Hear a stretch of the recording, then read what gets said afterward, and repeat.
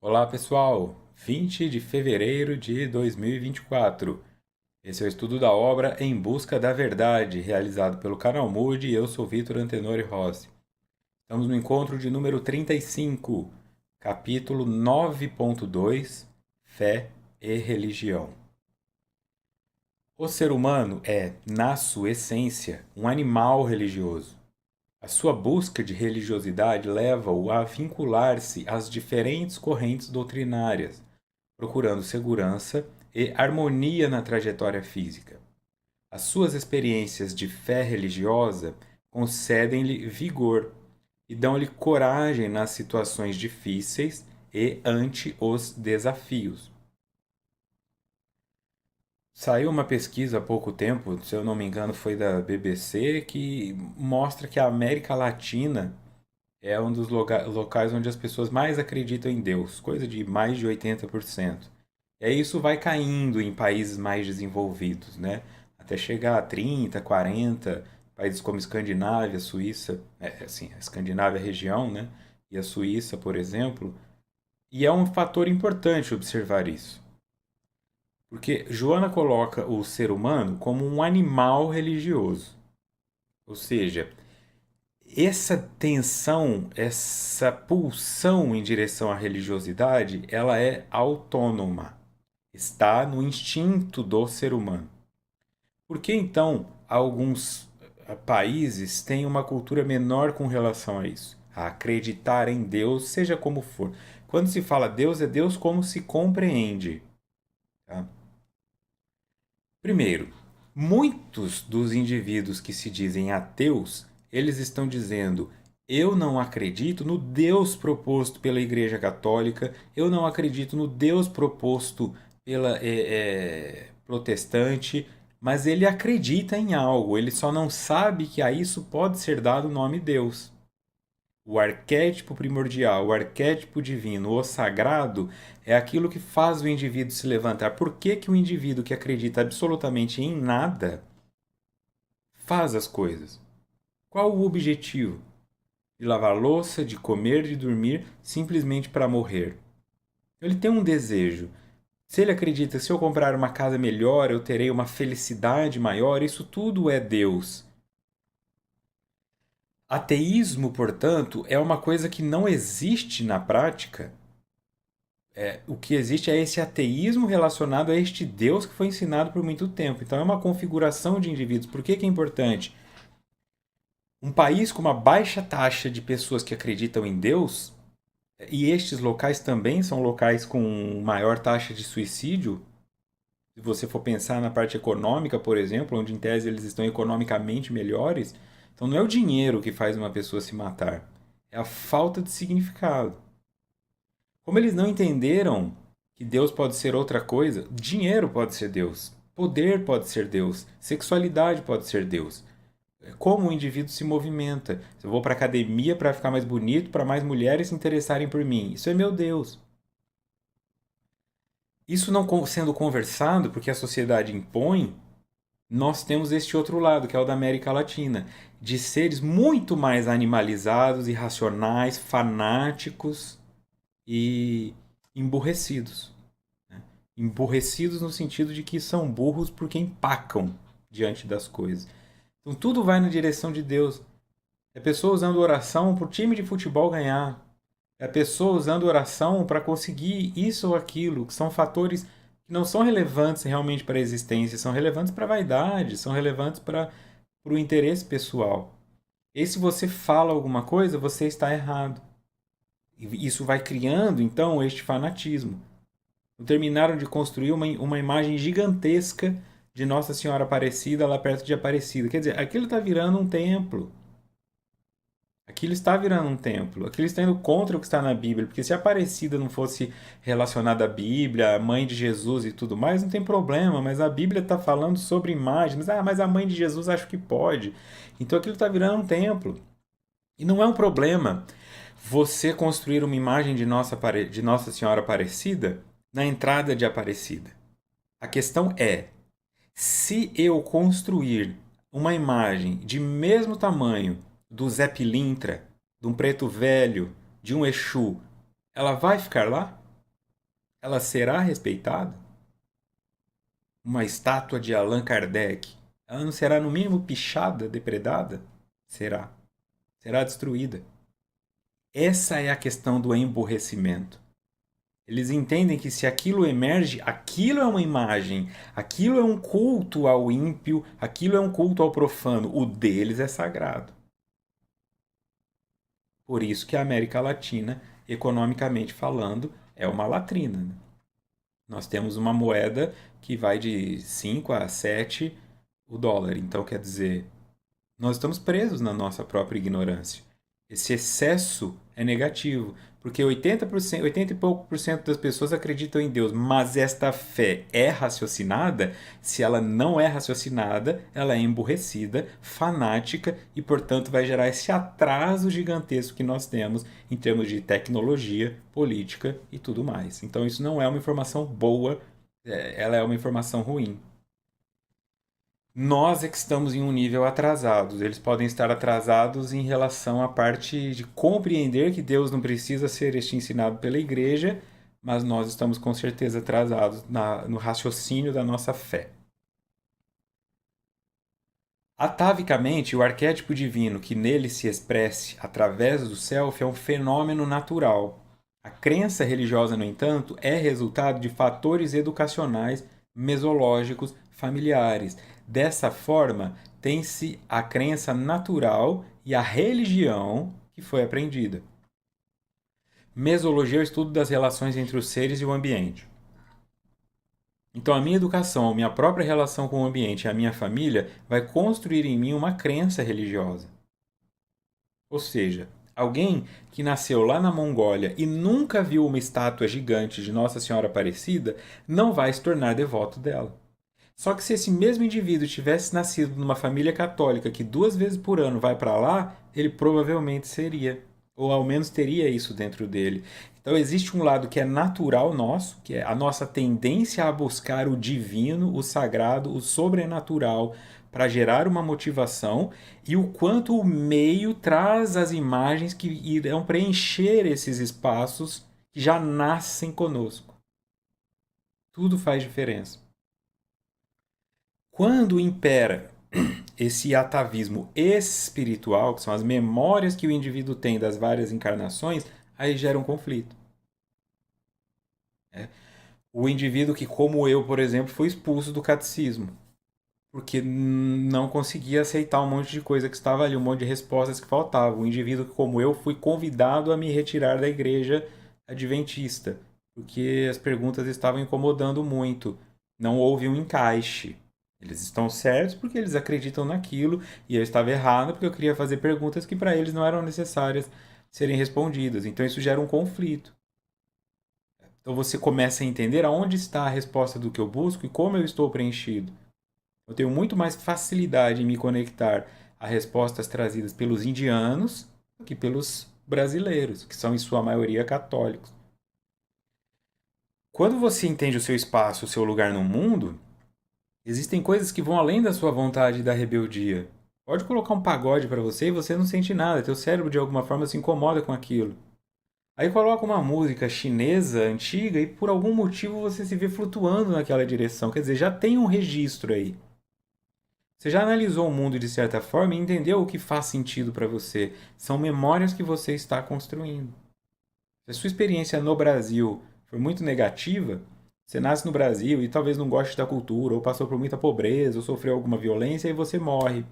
Aí depois você nasce lá na Romênia, em Bucareste, na próxima encarnação. Aí por algum motivo você está andando e ouve um funk, ou ouve um sertanejo. Aquele barulho vai te fazer mal.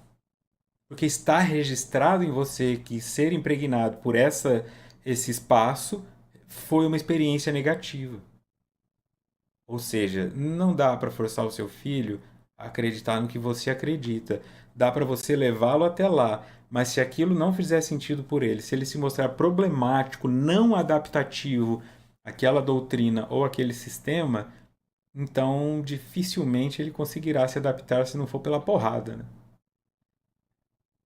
Pela castração e pela violência. Porque não se esqueça, né? Ele não tem só 4, 5, 7 anos de idade. Ele tem centenas ou milhares. arquétipo divino se expressa através de mim, e isso é natural, mas a minha crença é construída pelo meio. Dessa forma, tem-se a crença natural e a religião que foi aprendida. A racionalidade que tomou conta dos primeiros pensadores do século XVII, abrindo campo para os enfrentamentos entre as ciências nascentes e as doutrinas religiosas dominantes, atingiu o seu apogeu no fim do século XIX e, particularmente, na primeira metade do XX, quando aparentemente o ser humano afirmou estar distante de Deus. E aqui ela volta a falar de Nietzsche, né, sobre a ideia da morte de Deus, do assim falou Zaratustra. Eu vou e volto. Nota do expositor. Filosofia racionalista. Racionalismo é o ato de pensar, raciocinar, fazer uso da razão, que é uma das características que distingue o homem dos outros animais que lhe são inferiores na escala evolutiva. Também o definimos como a crença na razão e na evidência das demonstrações. Os principais conceitos de racionalismo preconizados pelas diversas doutrinas estão no método de observar a sua volta, baseado exclusivamente na razão. Por isso há o conflito. A América do Sul observa sem colocar a razão, não estou generalizando, tá? Mas o inconsciente coletivo aqui é esse. E estes locais que acreditam menos em Deus colocam demais a razão. Os dois estão de alguma maneira com um pedaço faltando. Lá eles cometem suicídio, aqui as pessoas se matam. Racham famílias, expulsam o filho, brigam com o vizinho, colocam fogo no templo, colocam fogo na igreja, riscam o carro se tem um adesivo de determinada religião, furam o pneu. Porque falta isso, essa integração. Fé raciocinada. Certo? Então isso seria o racionalismo. A racionalidade no século XVII, quer dizer, a partir de 1601, e ela termina em 1900 e pouco. Tá? Estes indivíduos foram para um local onde, se você trouxesse informações relacionadas eu sinto, eu acredito, você sofreria uma avalanche de ridicularização. Essa geração de hoje, né, holística, coach antológico, barras de axis, esses indivíduos teriam sido todos à margem da sociedade, teriam todos ridicularizados, né? Até grandes linhas de pensamento da psicologia seriam. Talvez só comportamental, behaviorismo clássico sobrevivesse mesmo. Porque não havia espaço para isso. Se você tivesse uma religião, se você tivesse uma crença em algo que a razão não poderia explicar, você era um imbecil. E a sociedade, de forma geral, nunca quer ser um imbecil, né? A não ser que isto seja o modelo vigente. O TikTok, por exemplo, tem alguns conteúdos interessantes, mas a maioria dos conteúdos que ali estão são imbecis. Pessoas fazendo imbecilidades. Só que neste momento de uma sociedade imbecilóide no core, né, dessa geração um pouco mais imbecilóide, isso faz sucesso. Eu entendo que existe um espaço, né, de gerações que vão trazendo, e nós estamos sofrendo muito com as gerações que nasceram do meio dos anos 90.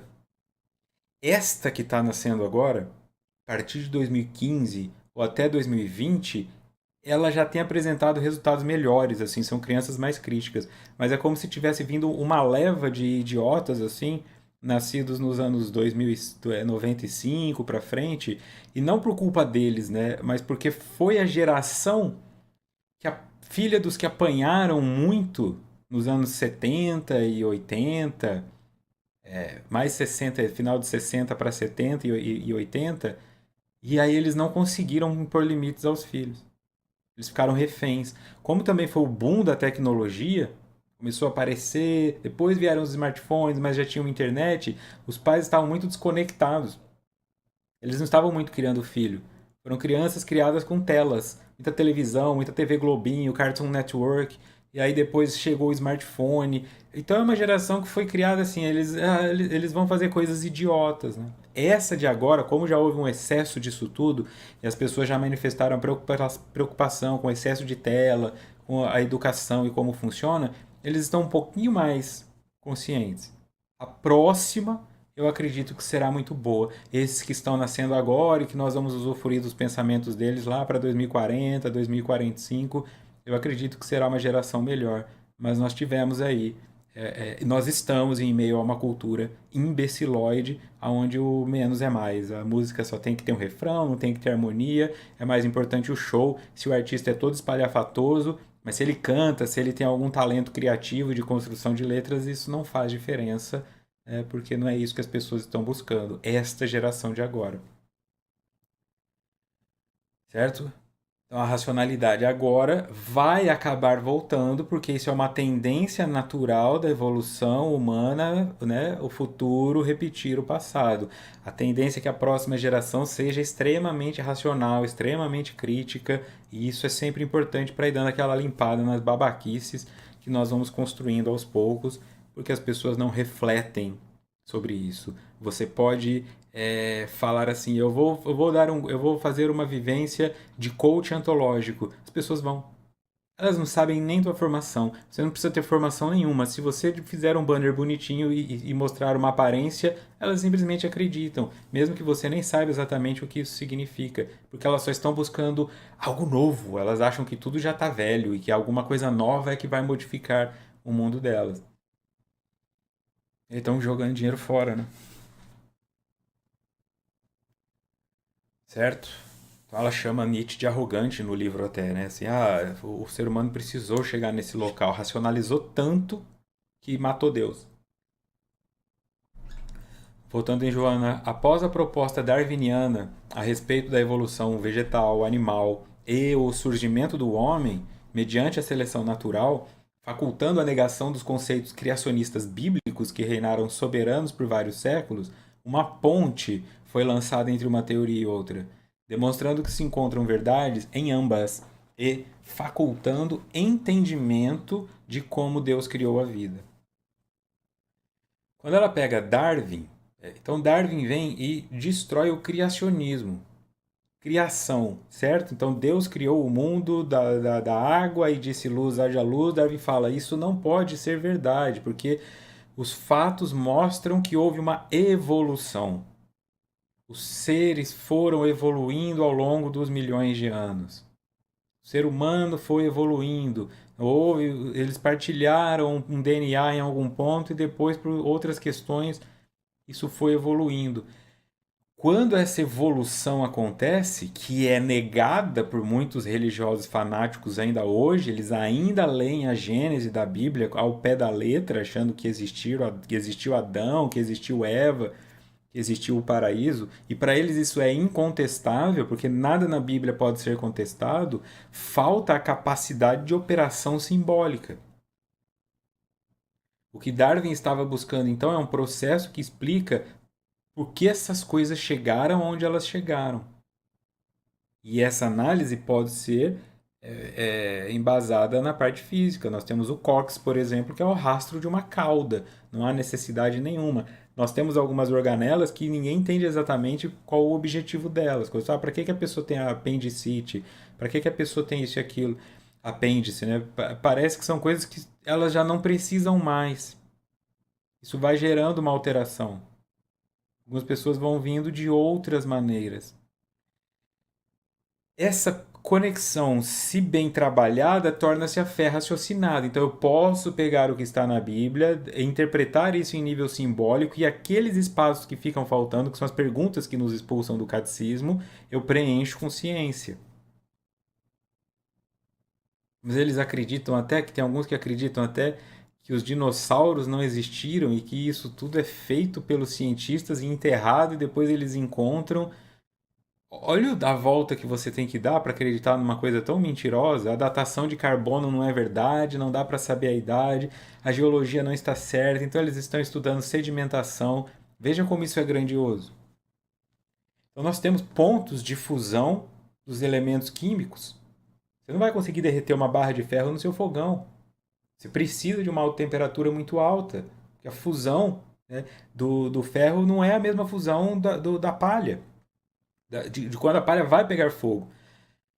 Quando você entende esse processo e compreende que dentro de uma explosão como o Big Bang saíram várias rochas pegando fogo, vamos por assim dizer, né? Porque o centro da Terra ainda tem lava, ou seja, está pegando fogo, você entende que era uma bola de fogo que foi se resfriando. Conforme ela foi se resfriando, como na natureza nada se cria, nada se perde, tudo se transforma, todos os elementos já estavam aqui. De vez em quando vem um meteorito trazer um elemento novo, certo?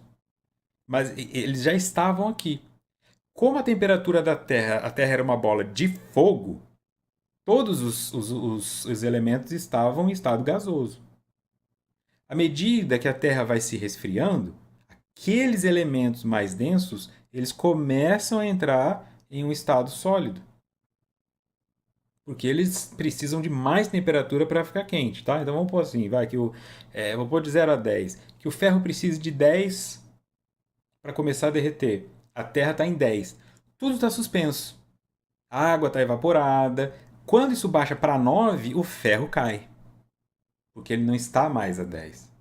Quando ele cai, todo o ferro que cai, todos aqueles elementos que precisavam dessa temperatura, eles caem. E isso forma a primeira camada de sedimentação. Essa camada vai ajudando a segurar um pouco o fogo. Então isso vai gerando uma nova baixa de temperatura, com uma pressão maior no interior da Terra. Aí outros elementos caem porque agora chegou no 8. Então eles vão cair por cima do ferro que já estava lá. Como o ferro no 9 já caiu, no 8 ele resfria mais ainda. Então você vai tendo camadas de sedimentação. Quando você estuda essas camadas, você consegue compreender a idade do planeta. E consegue compreender quanto tempo levou de uma resfriação para outra. Isso é científico. Aí os religiosos vêm e falam que isso é mentira. Estes religiosos. Então não há como ser menos raciocinado com isso. Por isso é uma burrice, porque é uma teimosia. Diante do medo, o burro empaca. Diante do medo de pensar que a Bíblia pode ser simbólica, então se ela pode ser simbólica na Gênesis, ela pode ser simbólica até o Apocalipse, isso significa que Jesus não vai voltar numa nuvem resgatando os crentes e abrindo o inferno. Isso gera um desespero neles. Então tudo que eu vivi até hoje está errado? Não. Eu não acredito em dinossauros, eu não acredito em nada disso. É com isso que você está lutando. Então não pensa que você vai conseguir doutrinar, fazer proselitismo, converter alguém a um meio mais científico, porque você está lutando com uma crença tão profunda que ele vai ter que reler a Bíblia inteira num país onde as pessoas leem nem um livro por ano, na média, né? Os normais, ele não vai fazer isso. Então deixa pra lá. Deixa eles esperando esse Jesus voltar e elevados, porque o discurso é: porque eu estava com os ímpios, né? Ah, eu trabalho com os ímpios, você é ímpio. Então o que vem de você é o diabo falando, te usando para tentá-lo a abandonar a própria fé. Pronto. O importante o que é? Que você não se torne essa pessoa na sua crença. Porque às vezes eu trago elementos de reflexão aqui que dizem respeito ao reencarnacionismo, ao espiritismo, e tem gente que não gosta. Então, com cuidado, são ferramentas de reflexão.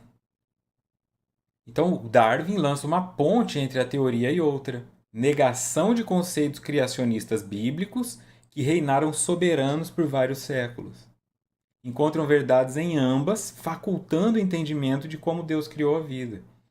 A mediunidade, após vencer os preconceitos e as superstições que a mistificavam, tornou-se objeto de estudos sérios e consagrados por homens e mulheres dos mais diversos segmentos da cultura e da civilização, que se renderam à sua legitimidade como instrumento probante da imortalidade do espírito.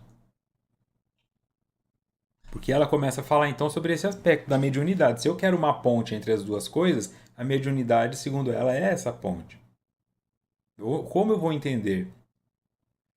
Eles estão buscando, portanto, compreender o elo perdido. Como que o indivíduo que partilha em algum momento o primata, com o primata uma carga de DNA, você usa uma carga de DNA com os primatas altíssima, ele fica tão diferente destes. Essa é a parte dos alienígenas. Aquele desenho que mostra aquela evolução, né? O macaco vai evoluindo até se tornar um ser humano. Tem uns que colocam um ET ali no meio transando com o macaco. Quer dizer, veio algo de fora. veio uma informação alienígena. E é nisso que o espiritismo acredita. Quando você lê Exilados de Capela, isso fala sobre planetas que já estavam mais desenvolvidos, que os espíritos foram exilados de lá porque não estavam sabendo fazer direito o que precisavam e vieram para um lugar pior. Então, estes espíritos preencheram os corpos físicos destes primatas, Neandertals, um pouco mais para frente, já começa a ter o homem das cavernas, e utilizaram o cérebro deles com uma potência maior do que eles davam conta. Porque eles só tinham os conhecimentos que eles tinham. Eles estavam em um processo de aprendizado. Quando vem esse espírito que já tem os registros dentro dele, ele consegue fazer com aquele mesmo cérebro uma coisa maior do que até então se fazia. É isso que a ciência não vai conseguir encontrar e que o espiritismo diz que é a resposta. Pode ser provado? Também não. Então, um tem que acreditar naquilo, o outro tem que acreditar naquilo. A ideia do alienígena é isso, um espírito que veio de outro planeta com um conhecimento maior e semeou, mas não foi pelo sexo, eles não desceram de aeronave aqui, transaram com os, é o preenchimento pelo espírito que reencarna de um planeta superior como punição, porque aí sim há um desenvolvimento.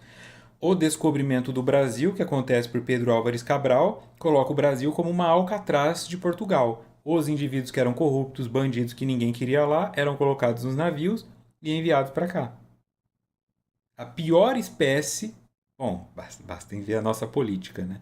A pior espécie dos portugueses foi jogada aqui no Brasil e eles procriaram com os indígenas, que tinham um desenvolvimento tecnológico inferior e uma crença religiosa um pouco mais infantilizada, né? No sentido de poder a sol, lua, né? Sem a compreensão do que era estrela, do que era atmosfera. Então as duas coisas se unificaram. Não houve um desenvolvimento tecnológico. Tenta imaginar, se os portugueses nunca tivessem chegado aqui, hoje, em 2024, só os indígenas tivessem ficado, nós teríamos uma edificação como o MASP? Nós teríamos uma edificação como o Cristo Redentor, aonde ele foi construído? Não.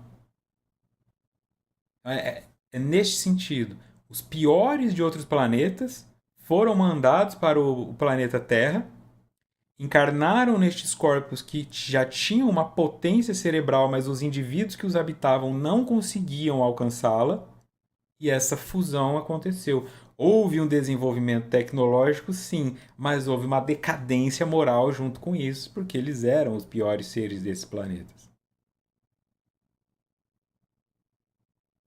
Tudo bem? Gente, isso é uma teoria, tá? Estou dizendo, o espiritismo é nisso que acredita. Então, a mediunidade, após vencer os preconceitos e as superstições que a mistificavam, tornou-se objeto de estudos sérios e consagrados por homens e mulheres dos mais diversos segmentos da cultura e da civilização. Então você fala de Allan Kardec, mas Allan Kardec estava cercado de um monte de gente interessada, fornecendo insights para ele, fornecendo contrapontos, questionando ele, provocando ele. O espiritismo não foi Kardec isolado na montanha fazendo sozinho, ele foi o experimento de várias pessoas. Porque ele precisava desses médiums, ele precisava desses curiosos, ele precisava desses adversários nas reuniões para ir observando aquilo como se fossem reações químicas. Não dá para você fazer um estudo químico só com ozônio. Tem que ter tudo. Olha o tamanho da tabela periódica. E se eu misturar isso com isso, e isso com isso, mais isso, e isso com isso, não acaba nunca. Aí, de repente, o laboratório explode. Eita, rapaz, isso aqui explode. Pronto. Aí vai ter o que aconteceu aqui? Ó, esse laboratório explodiu porque ele misturou esses três elementos. Então, esses três não podem ser misturados. Mas e esse quarto? Aí explode de novo, aí pega fogo, aí derrete. Demora para desenvolver ciência. Demora. E nem todo mundo está afim de fazer o processo. Só que não é possível desenvolver ciência sozinho. O simples fato de um indivíduo, a maçã caiu na minha cabeça, eu vou pegar um compasso aqui para tentar estudar a gravidade. Não foi ele que inventou o compasso, então o fato dele estar usando o compasso já faz com que ele tenha precisado do primeiro que lá atrás inventou o compasso. É assim. Mas a pressa do ser humano, ele quer uma resposta logo, assim. Então, Jesus, volta logo para as pessoas verem que você estava certo. Por que que os espíritos não se materializam e mostram que o espiritismo é verdade? As pessoas querem isso, né, algumas, então elas acabam sofrendo muito. Aí passam vergonha.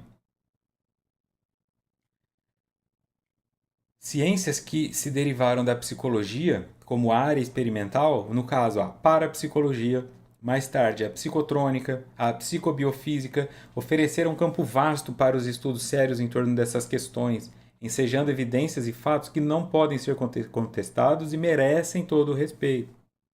Psicotrônica é o novo nome dado à parapsicologia, tá? Que seria a parte que envolve o estudo da psicologia com a energia. Então não se fala mais parapsicologia.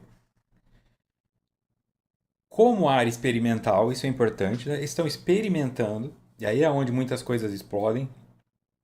Muito disso que está aparecendo para vocês agora, como terapias holísticas, são experimentais. E muitos de vocês que seguem isso cegamente irão explodir. Todos são ratos de laboratório, porque não tem nada comprovado ainda. Leva tempo.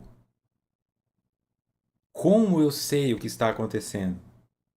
Como eu sei que esse indivíduo domina essa técnica?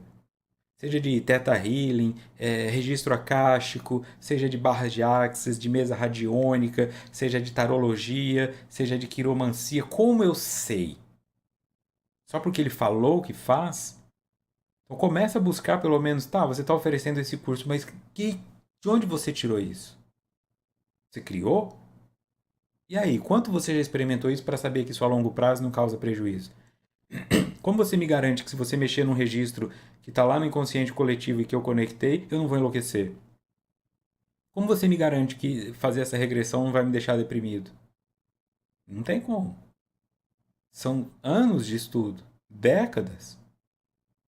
A facilidade com que as pessoas estão indo me vê como se, bom, já que não se pode mais fazer experimento com animais e tal, por questões bioéticas, de forma geral, né, defensores dos animais, e eu acho ótimo que isso não aconteça, é como se o indivíduo dissesse assim para os ratos: experimento para ver se o alimento dá câncer. E tem uma fila de rato lá, ó, pagando para falar: testa em mim, testa em mim, testa em mim. As pessoas estão pagando para serem cobaias. Muitas estão saindo piores do que entraram, estão tendo problemas a médio e longo prazo, porque não refletem sobre isso. Então, toma muito cuidado de achar que você já esgotou as ciências tradicionais. E sair desse elemento, que, como eu vejo no Espiritismo, parece que tem uns caras que ficam assim: eu só preciso trazer a coisa mais nova, agora eu vou explicar o funcionamento da sombra do obsessor. Cara, começa a estudar Kardec primeiro, nem acabou de estudar Kardec, já estão escrevendo livros sobre outros planetas, sobre a física quântica, sobre. Isto não é verdade, isso não se pode provar ainda.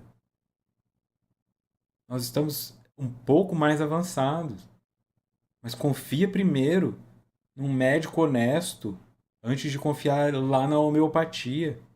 Confia primeiro no funcionamento fisiológico antes de confiar em uma imposição de mãos com energia, porque você não sabe quem é o outro, que energia ele tem. Pessoas às vezes que está fazendo reiki em você, acabou de brigar com o namorado e tá pé da vida. Então toma muito cuidado de se blindar, buscar respeitosamente uma pessoa que saiba o que está fazendo. Porque se um cabeleireiro mal treinado pode derreter teu cabelo ou acabar com seu couro cabeludo, o que não pode um terapeuta mal treinado fazer com a sua alma? Respeite-se. Oferecem campo vasto para o estudo sério dessas questões, ensejando evidências e fatos que não podem ser contestados e merecem todo respeito. Estamos em construção, né? Chegou o momento em que as questões metafísicas podem ser discutidas nos laboratórios sem nenhum pejo para os estudiosos, em tentativas de grande validade para descobrirem o que se encontra escondido além das chamadas leis naturais, pelo menos aquelas que já estão detectadas. Tá? Então, pejo é pudor, vergonha.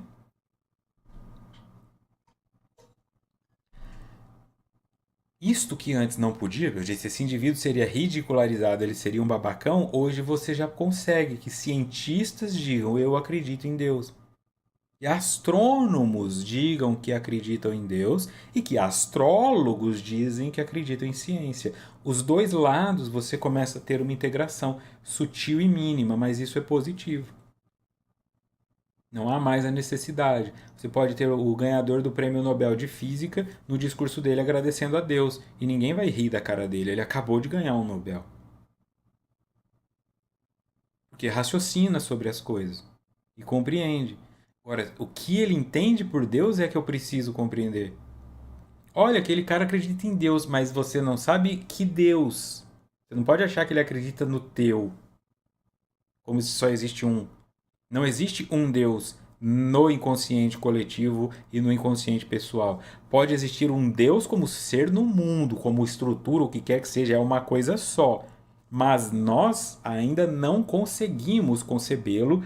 Então, se tem 8 bilhões de pessoas no mundo, tem 8 bilhões de deuses no mundo. A Terra é politeísta por natureza.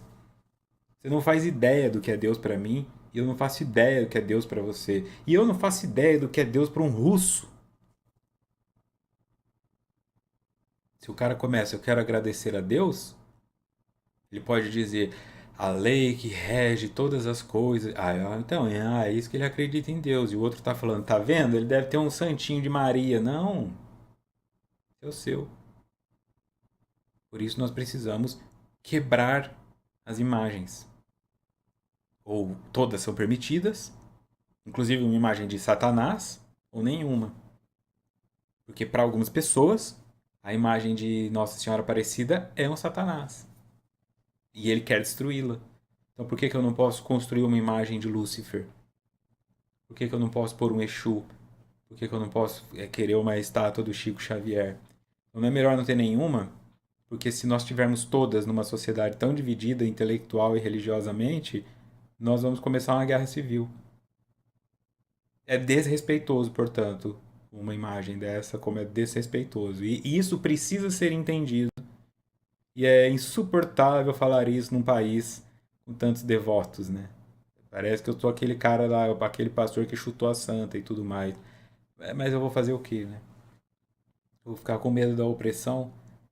Então não é problema de você construir a sua imagem e adorar a sua santa. O problema é quando você não deixa os outros adorarem os deles. Isso faz de você um intolerante religioso. Eu só estou pedindo o mesmo direito para todos, ou a proibição para todos. Isso seria o mesmo direito. Nesse sentido, Jung foi um dos primeiros acadêmicos a não valorizar em demasia o aspecto racionalista absoluto em torno do universo, abrindo caminhos dantes não percorridos, para melhor entender-se a criatura humana em sua profundidade e a realidade na qual todos se encontram. Essa abertura de Jung para o transpessoal, essa abertura dele da análise simbólica, isso foi uma mudança muito grande. Porque havia um pensamento, quando Freud entra e começa a se conectar com as questões de pulsão de vida, pulsão de morte, né? Eros, vida, Thanatos, morte, ele foca muito na sexualidade, na libido, porque é uma energia mensurável. Tá com tesão? Não tá com tesão? Quer matar uma pessoa? Não quer matar uma pessoa? Tentou suicídio? Não tentou suicídio? Engordou 70 quilos? Pintou 12 quadros? Emagreceu muito? Isso é analisável. Mas a profundidade da questão dele com as projeções de complexo de Édipo, de como nós nos desenvolvemos, ficou muito limitada porque não permitia um nível simbólico mais profundo. O que era para uma pessoa olhar uma mandala? É uma mandala? De repente, Jung coloca um olhar nisso e ele fala: vamos olhar as mandalas, quer dizer, vamos olhar os símbolos. E você, agora você tem drones, fotógrafos de drones, e você começa a perceber que quase todas as praças de todas as cidades são mandalas, sendo a igreja no centro. Mandalas. Então tem um canteirinho aqui, tem um canteirinho aqui, tem um canteirinho aqui, tem um canteirinho aqui, e arquitetonicamente falando, elas são mandalas, elas têm uma simetria, um círculo no meio, elas formam um quadrado. Tanto que em inglês praça normalmente é square, que é quadrado. Nós criamos mandalas inconscientemente. Isso dá um senso de segurança, é uma proteção de simetria, Todos os lados estão bem encaixados como se fossem proteção e aqui no meio eu vou colocar. Então dificilmente você vai chegar numa cidade, principalmente as de interior que são mais antigas e tem a Praça da Matriz e vai ter a igreja aqui no canto do quarteirão e o resto, ela está ali, sabe? Então se você olhar de cima e pegue os fotógrafos da sua cidade e veja as fotos de praça, são mandalas. Nós sempre estivemos aí. Os burgos, né? Você tem cidades que terminam com burgo, né? Hamburg, por exemplo, Hamburgo. Burgo significa muro. Então, esses eram os muros de Ham, os muros de não sei o quê. Quando você entende Friburgo, é burgo. Então, eram essas sociedades onde a aristocracia ficava no meio, os líderes ficavam no meio, aí tinha um muro. E depois desse muro vinham a nobreza, aí tinha outro muro. Aí vinham os outros que eram os funcionários e tudo mais, as pessoas, um outro muro. Aí depois disso era o povo. Se você olhasse isso de cima, também era uma mandala. Com o rei, ou os líderes, ali no centro, e os pobres na periferia. Por isso é chamado periferia. O desenvolvimento das cidades até hoje é assim, tanto que nós falamos periferia. Mas hoje, se você pega São Paulo, por exemplo, que cresce desordenadamente, ou Rio de Janeiro, você não consegue mais identificar periferia. Tem um ponto de ricos aqui, né? Você tem o Morumbi aqui, do lado você já tem Paraisópolis, depois você. Então já misturou tudo, mas uma cidade pequena fica claro, a região central é mais cara, depois tem as outras, não sei o quê, aí tem as periferias.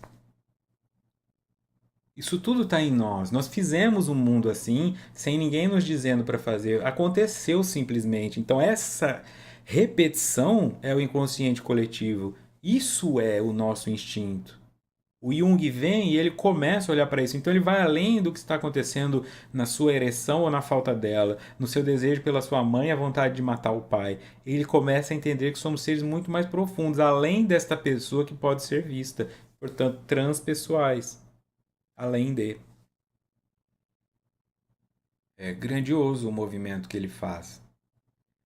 O ser humano não pode fugir do seu arquétipo psicoide em razão do inconsciente coletivo, onde permanecem todos os construtos da sua existência, naturalmente também as exuberantes expressões da fé, no seu sentido mais amplo da religião e de Deus.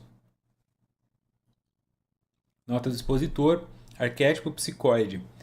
O termo psicoide é usado por Jung para denotar uma característica de todo arquétipo, que seria sempre psicoide, ou seja, quase psíquico e ao mesmo tempo quase material. Ele diz que o arquétipo psicoide tem a tendência de comportar-se como se não estivesse localizado numa pessoa, mas como se estivesse agindo. Isso é a mesma coisa que eu já falei no outro encontro sobre o que é médium, o que está no meio. Então o arquétipo psicoide ele está nos dois mundos, o psíquico e o material, ao mesmo tempo. Por isso está no inconsciente coletivo. Eu, como indivíduo, replico isso, mas de onde eu tirei isso? É angustiante para algumas pessoas quando não há simetria. Certo?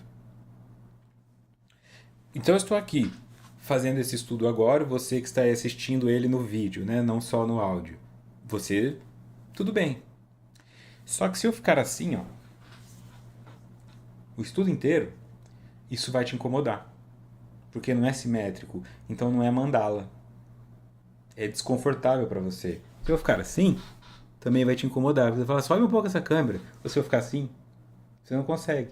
Você não consegue. Você não vai conseguir aproveitar o estudo da mesma maneira, porque já começa a te irritar, né? É o quadro torto na parede. Fica direito, fica direito.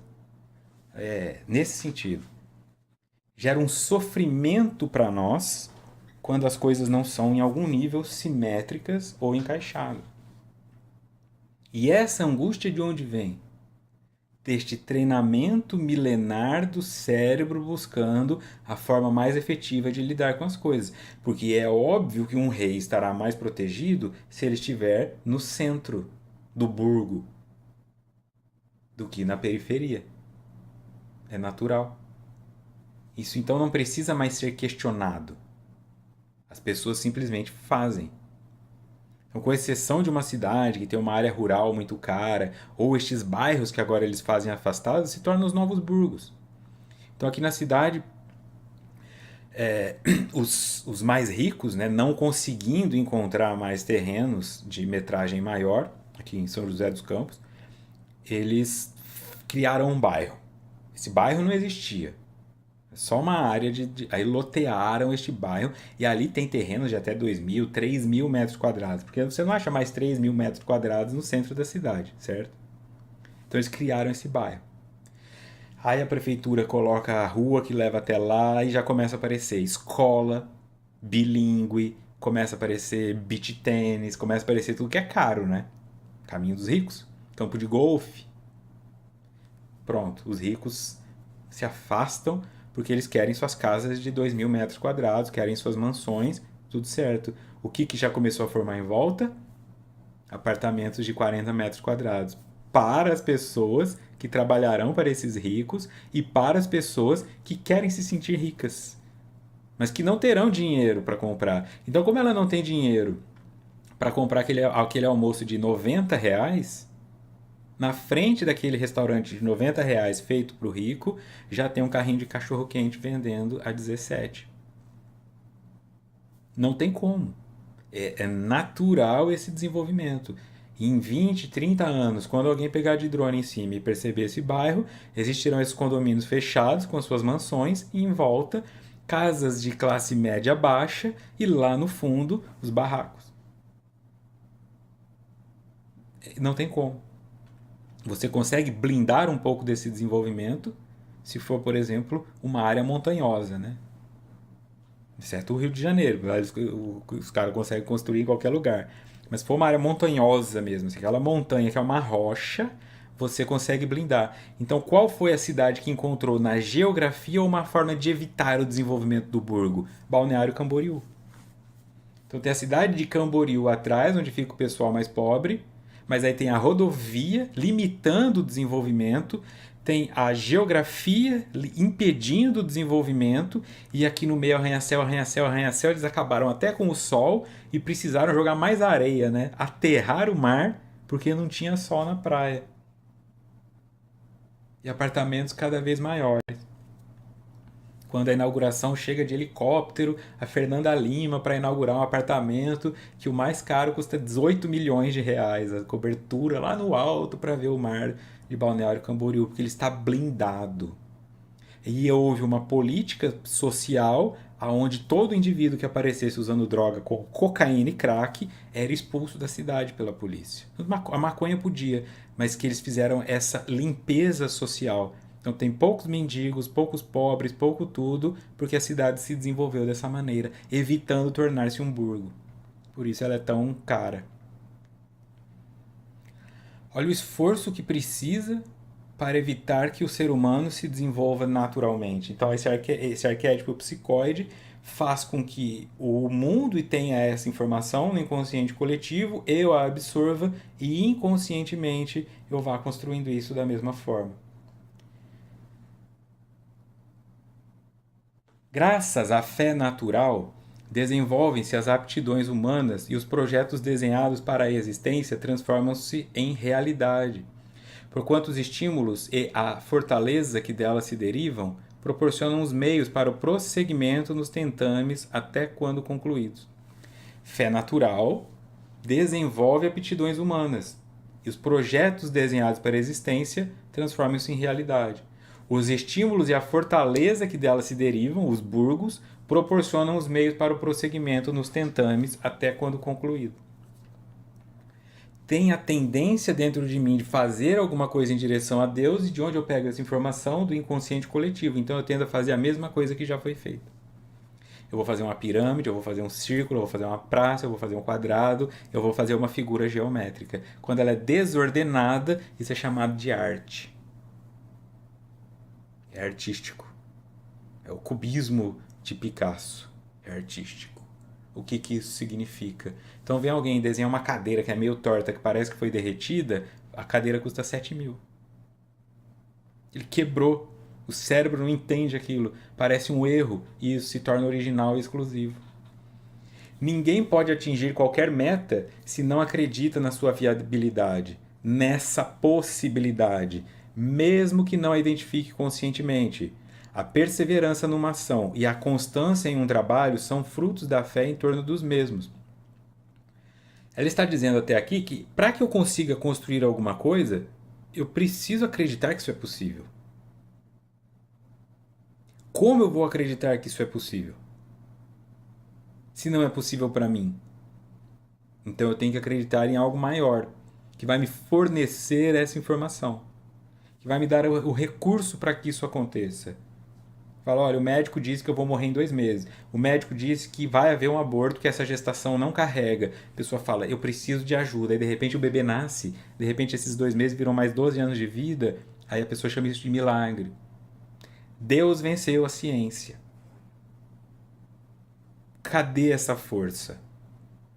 Por isso que eu já referi, né? O Hospital do Câncer agora se chama Hospital do Amor, ou de Amor, porque eles entenderam que o amor é o diferencial. O mesmo câncer, mesmo no mesmo órgão, o indivíduo que tem amor, fé raciocinada, e o que não tem, ou até a fé irracional, o que não tem, e é nihilista, pessimista, esse morre. Isso é uma informação. Mudaram o nome de um hospital. Então, não é uma... Ah, eu acho que é. Tem vários estudos que confirmam isso. Indivíduos amparados pela família, indivíduos que desenvolveram fé, indivíduos que acreditaram na cura, se curam. Os que desistem, se entregam e ficam com raiva do mundo, morrem. Essa informação está validada. Curiosamente, afirmava-se durante a vitória da filosofia existencialista que era necessário ver para crer. Hoje, totalmente ultrapassado o conceito em face das propostas da física quântica, que estabelecem a necessidade de antes crer para depois ver, mesmo porque nem tudo aquilo em que se crê nessa área somente se encontra dentro de probabilidades e jamais será visto. Bom, então nós sabemos, vai ter um horizonte de eventos de um buraco negro que o tempo vai passar diferente, né? Se você quer ver sobre isso, assista Interestelar. Não leva aquilo radicalmente ao pé da letra, mas Interestelar é um filme maravilhoso para entender o que significa isso. É um indivíduo que viaja, ele começa a orbitar em volta de um buraco negro, o tempo se distorce, passa para ele diferente, ele sai de casa quando a filha dele é uma criança, quando ele retorna, ela já está uma idosa e ele está com praticamente a mesma idade que ele saiu. Alguns anos a mais. Isso é conhecido, mas nós conseguimos provar isso? Ninguém já fez isso? Entende? Então é a mesma coisa com tudo na vida. Eu sei exatamente que se eu parar de fumar eu não vou ter câncer no pulmão? Não sei. Eu quero acreditar nisso. Eu presumo que eu diminuo as possibilidades, mas pode ser que ainda assim eu tenha. E compreender que tudo que foi estudado a partir da ideia, bom, eu acho que eu posso retirar o calor de um lugar condensando o ar, aí você desenvolve o ar-condicionado. Mas primeiro o indivíduo teve que crer, porque ninguém fazia isso. Aí ele transforma isso em verdade. Dá para criar um garfo, dá para criar uma faca, dá para criar um pneu. Isso tudo é tecnologia, vem de um indivíduo que acreditou sem ver. É aquele que consegue e prova, esse fica milionário, fica bilionário. Então, hoje você tem um smartphone na sua mão. Mas em algum momento alguém falou, não, talvez eu consiga fazer isso. Talvez eu consiga me comunicar com um cara da Rússia em tempo real. Coisa de maluco, né? Então hoje nós fazemos. Então tudo que está dentro da sua mente como uma ideia, você está crendo sem ver. Mais facilmente entra em tormento emocional o indivíduo em conflito pela dúvida, atormentado pela insegurança, desconfiado de tudo e de todos. Mediante a fé em Deus, sem exaltação e com harmonia, a saúde emocional é mais duradoura. E quando por alguma razão experimenta transtorno, mais rapidamente retorna. Se eu não tenho a fé, essa fé que me embasa como um porto seguro para onde eu sempre posso voltar racionalmente, eu fico inseguro, desconfiado de todos. E ao mesmo tempo, quando eu experimento sintomas negativos, eu volto mais fácil do que aquele que não a tem. Jesus afirmou com segurança e beleza: se tiverdes fé do tamanho de um grão de mostarda, direis a este monte: passa daqui para acolá, e ele há de passar, e nada vos será impossível. Isso está em Mateus 17-20. Certamente não se referia à montanha em si mesma, porém aos graves problemas que se amontoam em torno da existência. criando dificuldades e produzindo embaraços. Se eu tiver uma fé suficientemente pequena, ou seja, se eu acreditar em algo, eu consigo superar os problemas que aparecem na minha vida. E se eu não consigo superá-los porque eles deixam de existir, eu consigo aceitá-los para que eles não me levem ao suicídio, ao alcoolismo, drogadição ou violência. E isso também é muito importante lembrar. A fé, mesmo pequenina, pois que o grão de mostarda é uma das sementes menores que existem, consegue o resultado que se almeja em razão das forças que facultam e da inspiração que propiciam. A fé, em qualquer forma que se apresente, é estímulo de alto significado para uma existência feliz e saudável, portanto, para a contribuição eficaz para a individuação.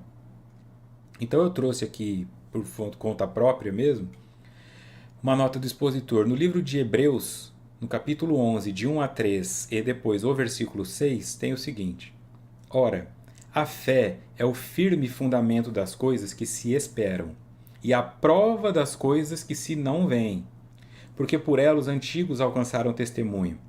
Pela fé, entendemos que os mundos, pela palavra de Deus, foram criados, de maneira que aquilo que se vê não foi feito do que é aparente.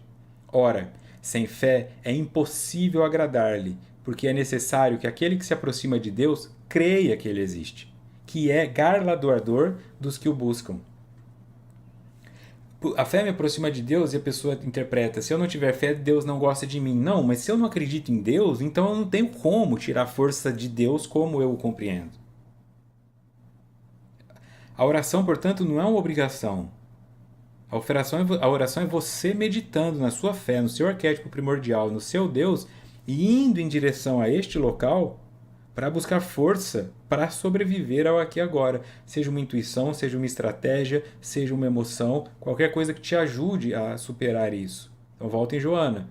A fé, mesmo pequenina, pois que o grão de mostarda é uma das menores sementes que existem, consegue o resultado que se almeja, mas eu preciso acreditar.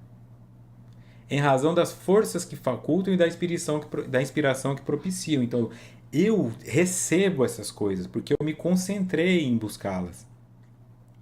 Buscai e achareis em você, na sua fé. A fé, em qualquer forma que se apresente, então não é a minha fé, a sua fé, não precisa ser em Deus, é estímulo de alto significado para uma existência feliz e saudável, portanto, para a contribuição eficaz para a individuação. Se a sua fé está no dinheiro e você acha que sair da pobreza é o que vai te fazer feliz, então você medita, você ora e na oração você lembra: cara, se eu começar a vender chinelo na feira do rolo. E aí talvez é daí que você fique rico. Se eu começar a pedir emprego em tal lugar e desenvolver dessa maneira? E se eu fizer aquele curso técnico que a prefeitura está oferecendo de graça? Isso é fé. Você não está buscando Deus, você está buscando dinheiro. Mas se você fica com raiva disso, você começa a querer roubar o tênis do outro, você começa a querer pôr fogo no carro do rico, você fica com raiva das pessoas. Mas quando você se concentra e vai em direção ao que você acredita, mesmo que seja o dinheiro, a sua intuição vai te ajudar a alcançá-lo. Se depois você vai descobrir que o dinheiro não é tudo isso e que mesmo rico você ficou infeliz, isso é outra coisa. Nós estamos falando aqui sobre fé raciocinada.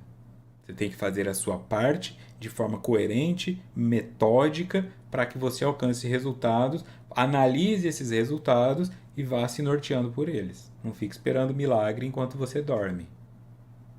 Tudo bem? Próximo encontro, então, no dia 24, capítulo 9.3, Pensamento e Ação. Aí terminaremos o capítulo 9.3, então. Capítulo 9, né, de forma geral. Obrigado pela companhia, obrigado pelos comentários que vocês deixam e pela ajuda na divulgação desses estudos. Até a próxima.